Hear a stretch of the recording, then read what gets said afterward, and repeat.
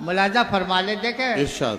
समाज फरमाए कि हम उन्हें जब से खातिर में लाने लगे, हम उन्हें जब से खातिर में लाने हम लगे, उन्हें जब से खातिर में लाने लगे, वो हमें को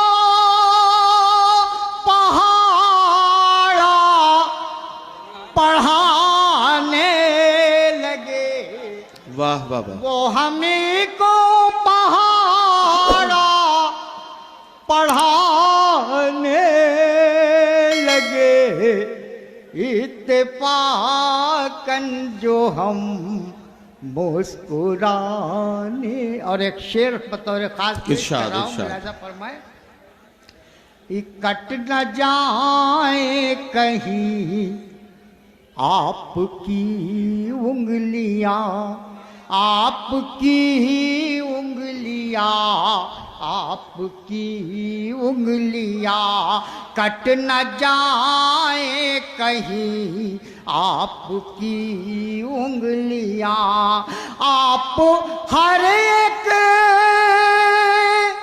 पे उंगली उठाने लगे, वाह वाह वाह, इत्तेफाकन जो हम मुस्कुरान। और गजल का आखिरी शेर पेश कर रहा हूं, इरशाद, इरशाद। मुलाजा फरमा दे इरशाद।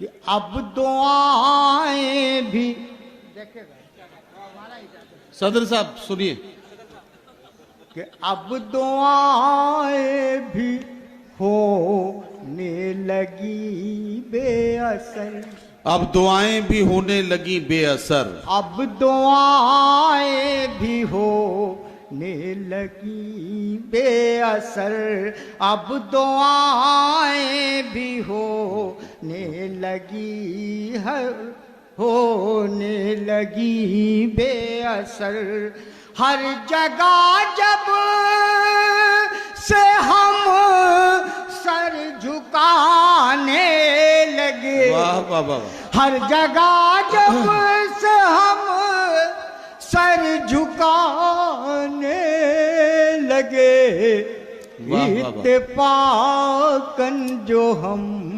मुस्कुराने